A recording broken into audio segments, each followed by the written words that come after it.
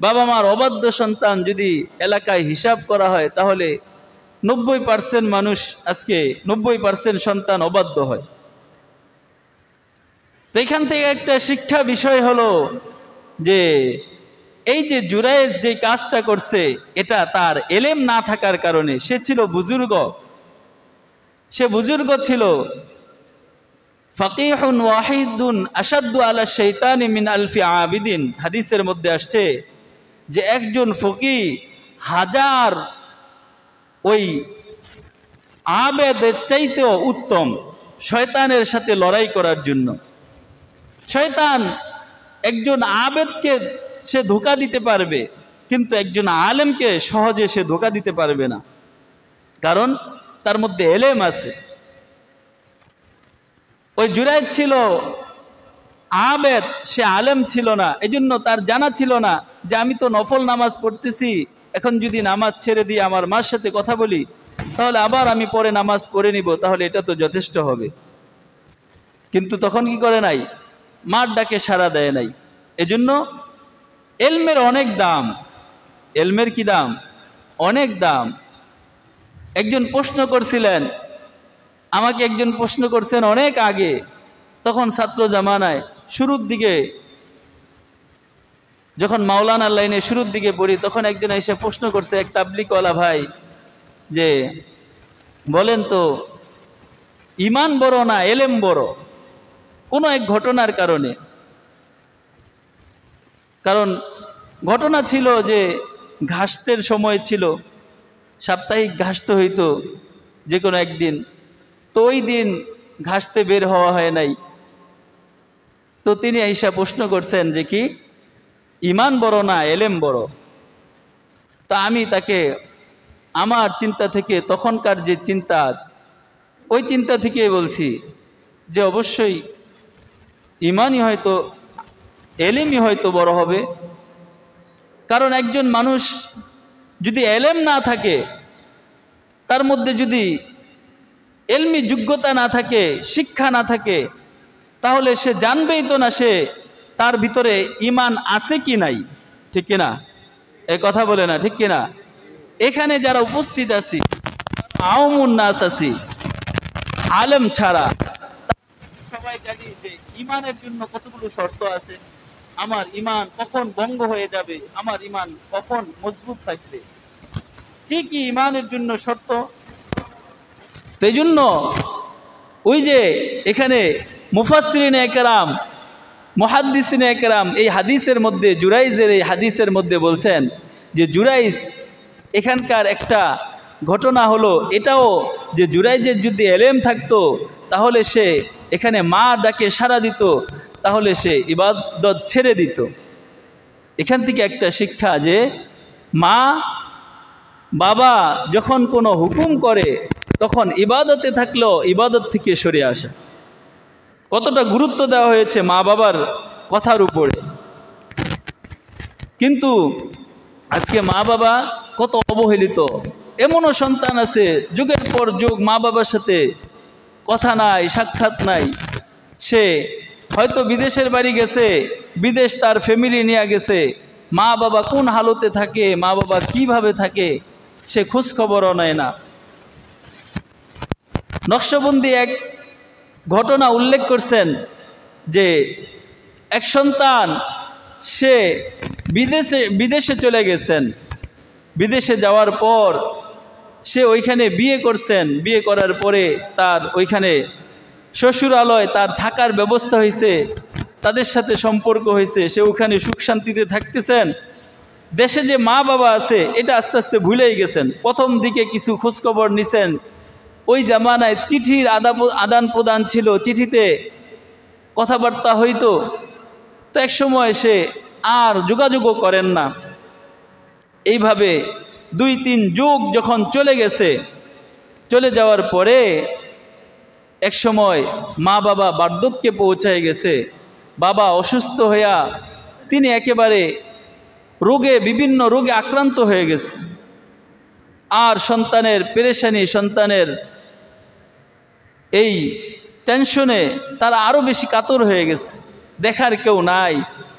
এক পর্যায়ে তার রোগের জন্য চিকিৎসা করতে করতে যেটা ভিটা বাড়ি ছিল এই ভিটা বাড়ি বিক্রি করে দিয়েছেন। ভিটা বাড়ি বিক্রি করে দেওয়ার পরে এক পর্যায়ে সে মৃত্যুবরণ করছে, বাবা দুনিয়া থেকে চলে গেছে। এখন যে মা আছে, মা ওই স্বামী আর সন্তানের শোকে সে কাঁদতে কাঁদতে কান্না করতে করতে একেবারে তার চোখের যে জ্যোতি ছিল, চোখের পাওয়ার সে হারিয়ে ফেলছে, অন্ধ হয়ে গেছে। এখন অসহায়, সে কি করব? সে পরের এক বাড়িতে থাকে, একটা ঝুপড়ি ঘর ভাড়ায়া, আর দিনের বেলা ভিক্ষা করে, রাতের বেলা এসে সে ওইখানে সে আফসোস করে আর সন্তানের জন্য সে দোয়া করে, আল্লাহ তোমার কাছে আমার কিছুই চাওয়ার নাই, যদি তুমি আমাকে এই শেষ সময়ও শেষ বয়সেও আমার সন্তানকে আমার কাছে ফিরাই দিতা। সন্তানের জন্য মায়ের কাকুতি, সন্তানের জন্য মার যে মহাব্বত ভালোবাসা, প্রতিদিন এইভাবে সন্তানের জন্য মা কান্না করে দোয়া করে। একদিন দুই দিন এভাবে বছরকে বছর মা কান্না করে, সন্তান ফিরে আসে না, সন্তান কোনো খোঁজ খবর লয় না। এরপর একটা সময় আসছে, সন্তান ওইখানে যখন বিদেশের বাড়িতে একটা বড় ধরনের রোগে আক্রান্ত হয়ে গেছে। রোগে আক্রান্ত হওয়ার পরে তার যে কামাই রোজগার ছিল, সে যেই কামাই রোজগার করতো ওগুলো বন্ধ হয়ে গেছে। এক পর্যায়ে শ্বশুরালয় থেকে তাকে বের করে দেওয়া হয়েছে। এমন রোগে আক্রান্ত হয়েছে, স্ত্রীও দেখে না, স্ত্রীও তার সাথে সম্পর্ক ছিন্ন করছে। এখন দেখার কেউ নাই, বিদেশের বাড়ি, থাকার কোনো জায়গা নাই। ওই সন্তান এক পর্যায়ে দেশে চলে আসছে। আসার পরে তার যে বাড়ি ছিল, বাবার ভিটা বাড়ি, এসে উঠছে। উইঠা দেখে ওইখানে কোনো বাড়ি নাই, একটা মাঠের মতো একটা ফলের বাগান, গাছগাছালি দিয়ে ভরা, কোনো ঘর বাড়ি নাই। তিনি ঘর খুঁজতেছেন আর বলতেছেন, কি ব্যাপার, কোনো ঘর নাই, কোনো দুয়ার নাই। এই অবস্থায় যখন সন্তান উঠছেন, তখন দেখেন একজন লোক ধারালো কুড়াল দিয়ে সে গাছ কাটে, তার ফল ফলাদি সে সুন্দর মতো সে দেখভাল করতেছে। ওই সন্তান এসে জিজ্ঞাসা করছেন, কি ব্যাপার, এই বাগান তো, এখানে একটা বাড়ি ছিল, এই বাড়ি কই? বলতেছে, বহু আগে এক ব্যক্তি এই যে বাড়ি এটা বিক্রি করে দিছে।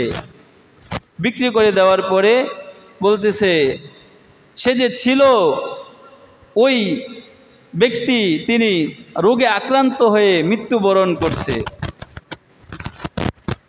সে অনেক তার সন্তানের জন্য অনেক কান্নাকাটি করত, এক পর্যায়ে সে মৃত্যুবরণ করছে। অসহায় হয়ে সে এই বাড়ি ভিটাটা বিক্রি করে দিছে। যখন বিক্রি করে দিছে, তখন এরপরে বলতেছে যে এই বাড়ি ওয়ালি কই, যে মহিলা ছিল সে কই?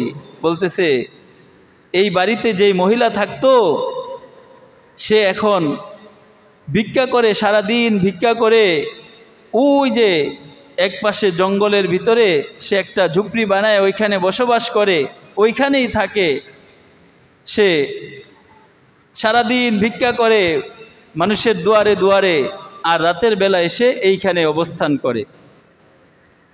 আর আমার কাছে এসে সে মাঝে মাঝে আফসোস করে, আমার সন্তান যদি আবার ফিরে আসতো। ওই ব্যক্তি বলতেছিলেন যে আমি যদি তার সন্তানের খোঁজ পাইতাম, তাহলে আমার এই ধারালো কুড়াল দিয়ে তার হাত পাগুলো আলাদা করে দিতাম। যে এত নিমকহারাম, এত বড় নিমকহারাম সন্তান কিভাবে হয়, যে বাবা মার খোঁজ খবর নেয় না। সে বিদেশে গেছে, বিদেশে যাইয়া বাবা মাকে ভুলে গেছে, বাবা মার খোঁজ খবর নেয় না। এই কথা ওই সন্তান নিজের কাছে নিজে শুনতেছিল, নিজের কাছেই বলতেছে। সে তো আর জানে না এটাই সন্তান। তখন ওই তার সন্তান বলতেছে যে ওই মহিলা কোথায় থাকে, আমাকে একটু দেখায় দাও, আমি তার সাথে সাক্ষাৎ করব। তার মার সাথে সাক্ষাৎ করবে। সে আসছে, আসার পরে দিনের বেলা আইসা বৈশা রইছে, দেখে কেউ নাই। দেখে সন্ধ্যা যখন ঘনায় আসছে তখন একেবারে কুজু হয়ে গেছে, লাঠি ভর দিয়া অন্ধ এক মহিলা আসছে। তিনি একপাশে বৈশা দেখতেছে দৃশ্য, সন্তান দেখতেছে কি করে। দেখে সে মাগরিবের সময় হয়ে গেছে, মাগরিবের অজু করছে। অজু করে কিতাবের মধ্যে নকশবন্দি লেখেন যে ওই মা অজু করে মাগরিবের ওয়াক্ত হয়ে গেছে, মাগরিবের নামাজের সময় সে জায়নামাজ বিছায়া নামাজ আদায় করছে। আদায় করে সে আল্লাহর কাছে দুহাত তুলে দোয়া করতেছে, আল্লাহ এই দুনিয়াতে আমার দেখার কেউ নাই, শেষ জিন্দিগিতে আমার জন্য তোমার কাছে চাওয়ারও কিছু নাই। আমি আমার সন্তানের কামাই খাইতে চাই না, আমি আমার সন্তানকে আমার কাছে এসে আমার খেদমত করুক এটাও আমি চাই না। ওগো আল্লাহ এই দুনিয়াতে আমার তো কেউ নাই, আজকে যদি আমি মারা যাই আমাকে শেষ দাফন কাফনটুকু করবে এরকমও কেউ নাই। যদি আমার সন্তানকে আমার কাছে ফিরাইয়া দাও তাহলে আমার সন্তান হয়তো আমার জন্য দাফন কাফনের কাজটা অন্তত করতে পারবে। আমার শেষ বিদায় যেন সসম্মানে আমার সন্তান দিতে পারে, আমার লাশটা যেন অবহেলিত পড়ে না থাকে, এজন্য হলেও আমার সন্তানকে আমার কাছে ফিরাইয়া দাও। এইভাবে মা দোয়া করতেছে আর কান্নাকাটি করতেছে। এশার আজান হয়ে গেছে, এশারের নামাজ আদায় করছে। ওই সন্তান সে বাহির থেকে দেখতেছে, ওই সন্তানও বুড়া হয়ে গেছে। তখন এশারের নামাজ মা আদায় করছে, আদায় করার পরে ওই মা আবার কান্না শুরু করছে আল্লাহর দরবারে, আল্লাহ তোমার কাছে আমার কিছুই চাওয়ার নাই, দুনিয়াতে আমার তো কেউ নাই, আমাকে শেষ বিদায়টুকু দিবে এরকম কেউ নাই, আমার একটা সন্তান আছে, আল্লাহ তুমি তাকে আমার কাছে ফিরাইয়া দাও, সে যেন আমাকে শেষ বিদায়টুকু দিতে পারে। এজন্য মা বাবা কখনো সন্তানের জন্য অমঙ্গল কামনা করে না। সন্তান যত অমঙ্গল করুক না কেন, সন্তান যত অবাধ্য হোক না কেন, সন্তানের জন্য মা বাবা কখনো বদদোয়া করে না।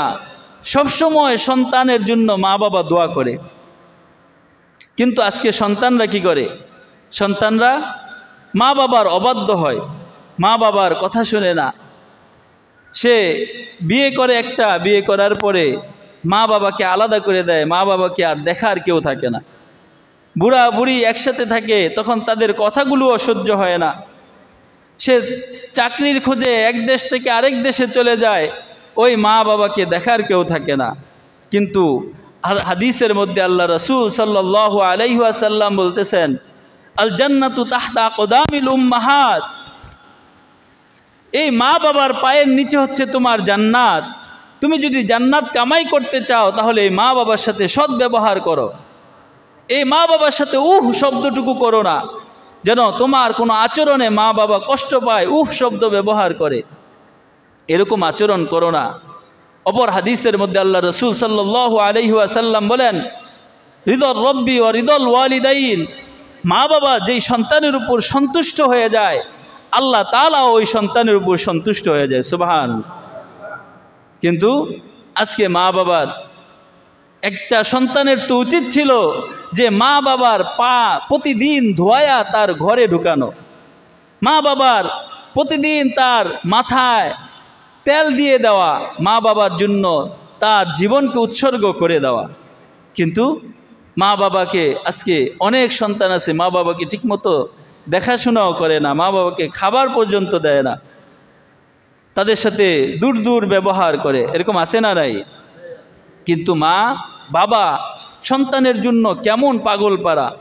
আপনারা দেখেছেন হয়তো, যখন নাকি আরও কয়েক বছর আগে চকবাজারে আগুন লেগে অনেক মানুষ মারা গেল, তখন বাবা তার সন্তানকে, ছোট্ট সন্তানকে নিয়ে বের হইতে পারে নাই। বাবা তার সন্তানকে বুকের মধ্যে জড়ায় ধরে রাখছে, ওই আগুন দিয়ে পুড়ে কয়লা হয়ে গেছে। আত্মীয় স্বজন এসে তাদেরকে চিনতে পারতেছিল না। তখন ভাই এসে চিনতে পারছে যে এই ভাতিজা আর আমার ভাই এটাই হবে, কারণ আমার ভাতিজা ওই সময় দোকানে আসছিল তার বাবার সাথে, সে সন্তানকে জড়ায় ধরে রাখছে। তো এরকম ঘটনা অসংখ্য আছে যে বাবা সন্তানের জন্য জীবন দিয়ে দিচ্ছে, মা সন্তানের জন্য জীবন দিচ্ছে, কিন্তু সন্তান বাবা মার জন্য কি করতে পারে না, জীবন দিতে পারে না। ওই সন্তান যখন এই দৃশ্য দেখছে, মা যখন জায়নামাজে বসে সন্তানের জন্য এইভাবে কান্নাকাটি করতেছে, আল্লাহ তুমি আমার শেষ জিন্দিগিটুকুতে আমার সন্তানকে আমার কাছে ফিরিয়ে দাও। তখন সাথে সাথে ওই সন্তান ওই মার কাছে গেছেন, যা বলতেছেন, মা আমি তো তোমার কোলে ফিরে আসছি। তখন অন্ধ মা চোখে দেখতে পায় না, তখন তার গালে মুখে হাত বুলায়া সে বুকে জড়ায় নিছে। 1 যুগ 2 যুগ 100 যুগ পরে যদি সন্তান মার কোলে ফিরে আসে, তারপরও মা তাকে ফিরায় দেয় না, ঠিক কিনা? এজন্য আল্লাহ পাক রব্বুল আলামিন কোরআনুল কারীমের আয়াতের মধ্যে বলছেন যে অকদা রব্বুকা আল্লা তা'বুদু ইল্লা ইয়্যা ওয়া বিল ওয়ালিদাইনি ইহসানা, মা বাবার সাথে উত্তম আচরণ করো। দুনিয়ার মধ্যে ইবাদত করতে হবে, গোলামি করতে হবে একমাত্র আল্লাহর। কার? কথা বলেন, কার? আল্লাহর। আর মা বাবার প্রতি সর্বোচ্চ ইহসান করতে হবে, সর্বোচ্চ তাদের সাথে উত্তম ভালো ব্যবহার করতে হবে। মা বাবা যদি বিধর্মীয় হয় তাহলেও তাদের সাথে বেয়াদবিমূলক আচরণ করা যাবে না। আল্লাহ তাআলা আমাদেরকে বোঝার এবং আমল করা তৌফিক দান করুন। ওয়াখির